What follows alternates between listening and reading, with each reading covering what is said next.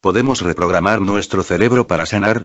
El bioquímico y estudioso del funcionamiento cerebral, Joe Dispenza, defiende el poder de esta parte del ser humano, para reinventarse cada día. Habla de química, de física, de hábitos, de reprogramación y de una inteligencia superior, que tanto le da denominar divina, espiritual o subconsciente. Cree en la capacidad de construir y conducir el propio cerebro, y a través de él influir en el cuerpo, basándose en su experiencia personal y en la observación de enfermos con remisiones espontáneas. Hace algo más de 20 años, Joe Dispenza fue arrollado por un todoterreno cuando participaba en un triatlón. El diagnóstico de los 4 cirujanos que consultó coincidía: tenía que operarse inmediatamente, debían implantarle barras de Harrington, de 20 a 30 centímetros desde la base del cuello hasta la base de la columna, ya que la tomografía demostraba que la médula estaba lesionada y que podría quedarse paralizado en cualquier momento. Dispenza, que era quiropráctico, sabía muy bien lo que eso significaba. Una discapacidad permanente y, muy probablemente, con un dolor constante. Su decisión fue arriesgada. Intentaría ayudar a su cuerpo a que se recuperara de manera natural, conocía bien todo lo concerniente a huesos y músculos e ideó un plan de acción que incluía autohipnosis, meditación, una dieta que ayudara a sus huesos a regenerarse y ciertos ejercicios en el agua. Se recuperó totalmente en un tiempo récord y decidió ahondar en el tema. Durante 8 años, estudió las remisiones espontáneas de enfermedades y le sorprendieron tanto los resultados que decidió volver a la universidad para intentar explicar científicamente lo que había descubierto. El poder de nuestro cerebro como director ejecutivo del cuerpo. Joe Dispenza estudió bioquímica en la Universidad Rutgers de New Brunswick, en Nueva Jersey. Obtuvo el doctorado en quiropráctica en la Life University de Atlanta, donde se licenció magna cum laude y recibió el premio Clinical Proficiency Citation por la extraordinaria calidad de su relación con los pacientes. Miembro de la International Chiropractic Honor Society, ha cursado estudios de posgrado en neurología, neurofisiología, función cerebral, biología celular, genética, memorización, química cerebral, envejecimiento y longevidad. Desde 1997 ha dado conferencias ante más de 10.000 personas en 17 países de los 5 continentes. El lóbulo frontal representa un 40% de la totalidad del cerebro, y cuando estamos de verdad concentrados o focalizados, el lóbulo frontal actúa como un control de volumen. Como tiene conexiones con todas las demás partes del cerebro, puedo rebajar el volumen del tiempo y del espacio. En otras palabras, los circuitos que tienen que ver con mover tu cuerpo, sentirlo, percibir lo que hay fuera y percibir el tiempo pasan a un segundo plano, y el pensamiento se convierte en la experiencia en sí, es más real que cualquier otra cosa. De este modo el lóbulo frontal elimina todo lo que no es prioritario para focalizarse en un único pensamiento, y es en ese momento en que el cerebro rehace su cableado. ¿Cómo empezó a interesarse por el cerebro?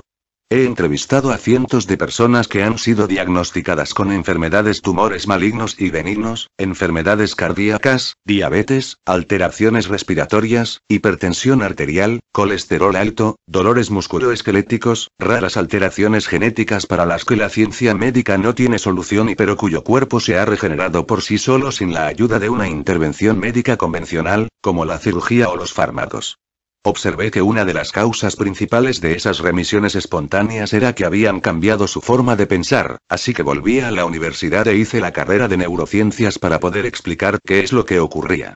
Cuando afirmo que nuestros pensamientos se convierten literalmente en materia, me baso en la más pura vanguardia científica. Básicamente, esos individuos cambiaron la arquitectura neurológica de su cerebro. Todas esas personas que tenían una remisión espontánea compartían 4 cualidades específicas.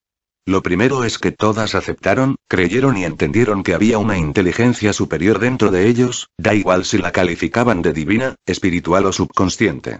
Lo segundo es que todas aceptaron que fueron sus propios pensamientos y sus propias reacciones las que crearon su enfermedad, y puedo hablar y citar estudios sobre cualquiera de estos temas durante media hora.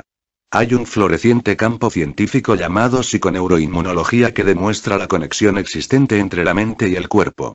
La tercera característica común es que cada persona decidió reinventarse a sí misma para llegar a ser otro, y los estudios actuales en neurociencias muestran que esto es totalmente posible.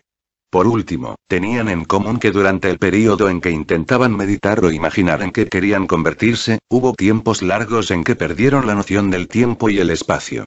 Si hacemos algo una vez y otra más, por el mero hecho de estar repitiéndolo, el proceso de aprendizaje de lo que quiera que estemos haciendo empieza a ser simple y a hacerse automático.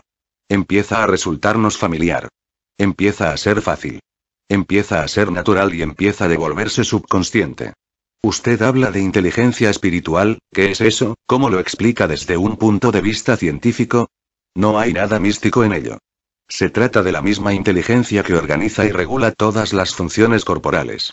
Esta fuerza hace que nuestro corazón lata ininterrumpidamente unas 100.000 veces cada día sin que nosotros pensemos siquiera en ello, y se encarga de las 67 funciones del hígado, aunque la mayoría de la gente ni siquiera sabe que ese órgano realiza tantas tareas. Esta inteligencia sabe cómo mantener el orden entre las células, los tejidos, los órganos y los sistemas corporales, porque ha sido ella quien ha creado el cuerpo a partir de 2 células individuales.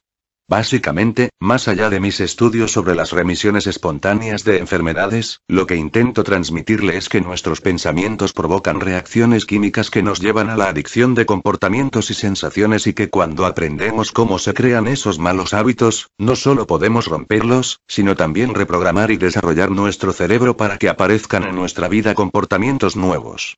¿Y la predestinación genética?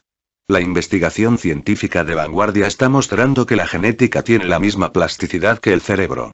Los genes son como interruptores, y es el estado químico en que vivimos el que hace que algunos estén encendidos y otros apagados. Se ha realizado un estudio muy interesante en Japón con enfermos dependientes de la insulina tipo 2 que mostraba cómo los enfermos sometidos a programas de comedia normalizaban su nivel de azúcar en sangre sin necesidad de insulina. 24 genes activados solo por el hecho de reírse. Los genes son igual de plásticos que nuestro tejido neuronal.